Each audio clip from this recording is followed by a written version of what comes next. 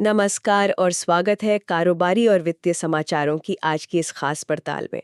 आज तारीख है मंगलवार 19 अगस्त 2025 और हम कोशिश करेंगे कि आज की तमाम खबरों से जो ज़रूरी बातें हैं, जो ट्रेंड्स हैं, उन्हें निकाल पाएँ। आज देखिए काफ़ी कुछ चल रहा है। जीएसटी सुधारों की सुगबुगाहट है, कंपनियों की तरफ से बड़ी घोषणाएं हैं, बाजार में भी हलचल है और तिमाही नतीजे भी आ गए हैं। तो चलिए खोलते हैं इन सबको एक-एक करके। बिल्कुल। आज काफ़ी सारी जानकारी है और हमारा मकसद यही है कि इन बिखरी हुई कड़ियों को जोड़कर जो असली मायने हैं, जो बड़ा कॉन्टेक्स्ट है, उसे समझें। कोशिश यही रहेगी कि एक साफ तस्वीर सामने आए। चलिए सबसे पहले ये जीएसटी सुधारों की जो गूंज है इसी से शुरू करते हैं। काफ़ी चर्चा है कि भाई स्ट्रक्चर आसान होगा, रेट्स कम हो सकते हैं। सुनने में तो बड़ा अच्छा लग रहा है, पर क्या ये वाकई इतना सीधा है? और किन सेक्टर्स पर हम असर देख सकते हैं?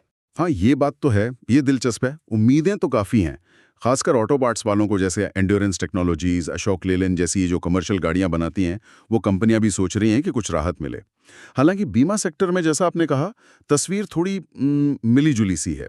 एसबीआई लाइफ, एचडीएफसी लाइफ के शेयर पहले चढ़े फिर गिरे भी। अच्छा। हाँ, शायद वो इनपुट टैक्स क्रेडिट को लेकर अभी कुछ पूरी तरह क्लैरिटी नहीं है। हम्म। और सुनने में आया है कि वित्त मंत्री इसी हफ्ते बीमा कंपनियों के हेड्स के साथ मीटिंग भी करने वाले हैं। अच्छा, लेकिन एक तरफ तो ये सरलीकरण की बात हो रही है और दूसरी तरफ ये भी सुनने में आ रहा है कि शराब, तंबाकू, मतलब सिन गुड्स पर 40% तक टैक्स लग सकता है। ये कैसा संतुलन है? सही मुद्दा उठाया आपने।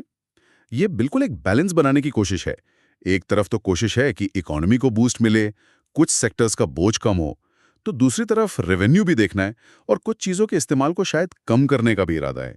वो मॉर्गन स्टैनली का जो एनालिसिस है, वो भी यही इशारा कर रहा है कि बीमा और लोन देने वाली कंपनियों पर असर कैसा होगा, ये इस पर निर्भर करेगा कि वो इनपुट टैक्स क्रेडिट के नियम आखिर बनते कैसे हैं। हम्म। अब अगर कॉर्पोरेट जगत की तरफ देखें तो वहां भी कुछ बड़ी दिलचस्प चीजें हो रही हैं। जैसे IKEA, वो भारत में अपना एक्सपेंशन बहुत तेजी से कर रहा है और कह रहे हैं कि 2030 तक 50% प्रोडक्शन यहीं भारत में करेंगे। ये तो मतलब काफी बड़ा लक्ष्य है। हाँ, बिल्कुल। और ये दिखाता है कि भारत का जो रिटेल मार्केट बढ़ रहा है और जो मेक इन इंडिया पर जोर है, उस पर दुनिया का भरोसा बढ़ रहा है। इसी तरह देखिए, हिंदुस्तान जिंक, वो भारत का पहला जिंक टेलिंग्स रीप्रोसेसिंग प्लांट लगा रहे हैं। करीब 3800 करोड़ रुपए का निवेश है।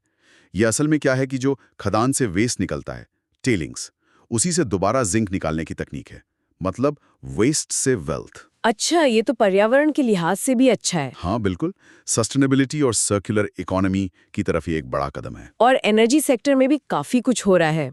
ONGC और इंजीनियर्स इंडिया तमिलनाडु में हीलियम रिकवरी प्लांट लगा रहे हैं और रिलायंस इंफ्रास्ट्रक्चर ने NHPC से एक बड़ा सोलर पावर और बैटरी स्टोरेज का प्रोजेक्ट जीता है, 700 मेगावाट का। हाँ, ये सारे कदम देखिए भारत की एनर्जी सिक्योरिटी की तरफ इशारा करते हैं। और तकनीकी आत्मनिर्भरता भी। और जाहिर है, रिन्यूएबल एनर्जी पर जो फोकस बढ़ रहा है, ये उसी का हिस्सा है। इसी में एक और चीज जोड़ लीजिए, इंडियन ऑयल और एयर इंडिया के बीच सस्टेनेबल एविएशन फ्यूल मतलब सैफ के लिए जो समझौता हुआ है। हाँ, सैफ पर आजकल काफी बात हो रही है। जी, ये विमानों के लिए ऐसा फ्यूल है जो पारंपरिक फ्यूल के मुकाबले कार्बन उत्सर्जन बहुत कम करता है।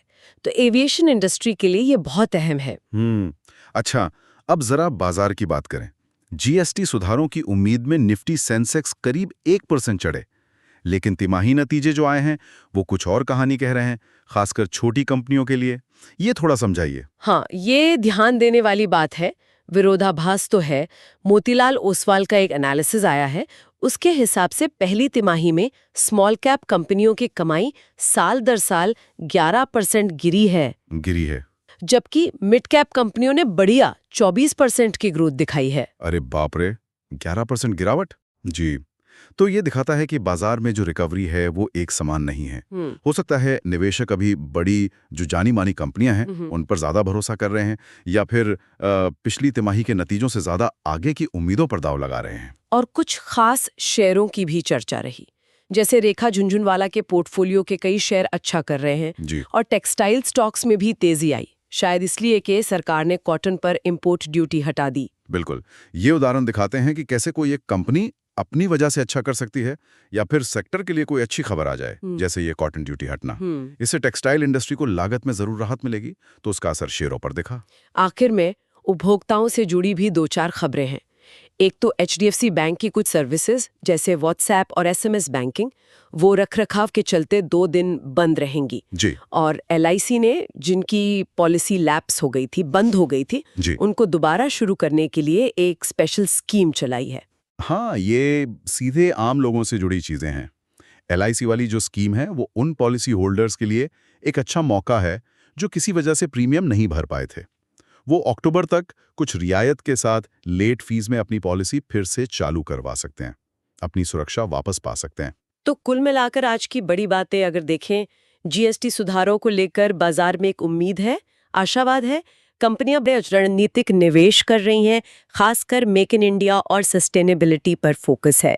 लेकिन तिमाही नतीजों में खासकर स्मॉल कैप सेगमेंट में एक असमान रिकवरी दिख रही है। बिल्कुल, और यहीं पर एक सोचने वाली बात ये उभरती है कि जब भारतीय कंपनियां घरेलू उत्पादन पर इतना जोर दे रही हैं, IKEA, हिंदुस्तान जिंक और सस्टेनेबल एनर्जी पर बड़े दांव लगा रही हैं, Reliance infra, Indian oil, SAF, तो ये जो लंबी अवधि की रणनीतियां हैं, ये छोटी अवधि की जो बाजार की उठापटक है या फिर ग्लोबल पॉलिसी में जो बदलाव आते हैं, जैसे अभी चीन ने कुछ एक्सपोर्ट बैन हटाए, इन सब के साथ कैसे तालमेल बिठाएंगे? मतलब इन बड़े विजन्स का छोटी अवधि की सच्चाइयों से सामना देखना वो आगे दिलचस्प होगा, इस पर नजर रखनी होगी।